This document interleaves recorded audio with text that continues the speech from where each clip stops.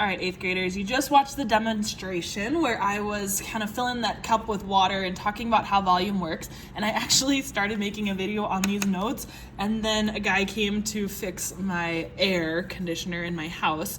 So I had to push pause, and rather than starting this whole thing again, we're just gonna pick off from where I wrote in this stuff. So on your paper, I want you to make sure you've got a cylinder there, and that distance from the center of the circle at the base of the cylinder to the side, that's the radius.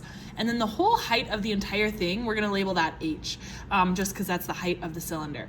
And the formula that we talked about when I was doing that demonstration outside was for the volume of a cylinder, V equals pi times the radius squared times the height of the cylinder. Now for a cone, remember how I was ranting about how much of a ripoff cones are? That's because they are a ripoff. Because a cone has the same volume formula as a cylinder, only you're multiplying it by 1/3. That means a cone gives you 1/3 as much ice cream as a cup would. Yeah, let that sink in for a second. You've been getting ripped off from ice cream out of your cones for how many years now? Sorry, I'll let you deal with that problem alone. But yeah, so the cone, the radius is still from the center of the circle on the bottom to the edge of the circle, but the height, notice I did not choose the slanted height. That is called a slant height. The height is actually like the center of the TP. It goes from the very center of the circle straight up. It's at a right angle from the radius. It's always at a right angle from the radius. In fact, even back here on this cylinder, the radius and the height meet at a 90-degree angle. Okay, so that's a cylinder, and a cone is volume is 1/3 times pi times the radius squared times the height. Whew, that's a mouthful.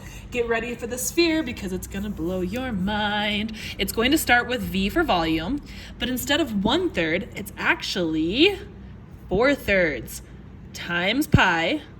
Now, it's not gonna be the radius squared times the height, because on this sphere, the radius is still halfway across the circle in the middle, like the equator,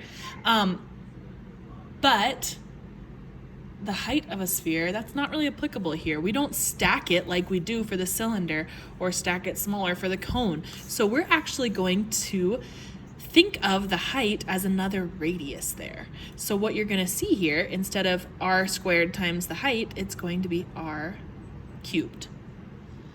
Now, I don't need you to know where these came from. I thought that it was kind of interesting when we did that demonstration, but I just need you to know how to use these formulas. So we're gonna do the first two examples where you're finding the volume of cylinders, and I really hope we don't get interrupted by a mean 2-year-old, but I hear him.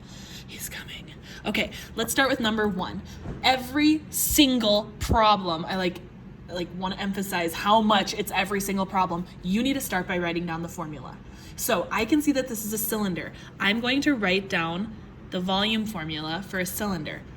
Pi times the radius squared times the height. Now I know a couple of you are thinking to yourselves, I'm not doing that. Okay, to all my Calvins out there and everybody else who does not like to show their little itsy bitsy bits of work, I promise that this is going to be helpful for you, not only in this math class, but when you go on to take future physics classes. They want to see this formula written down. Okay, that's called showing your work. That's called being a decent mathematician. So I want you to make sure you put that formula down every time. Okay, so we've got our formula written down. Now let's find the things that we know. I know over here, my radius is 4 inches. That's directly from the cylinder picture right there.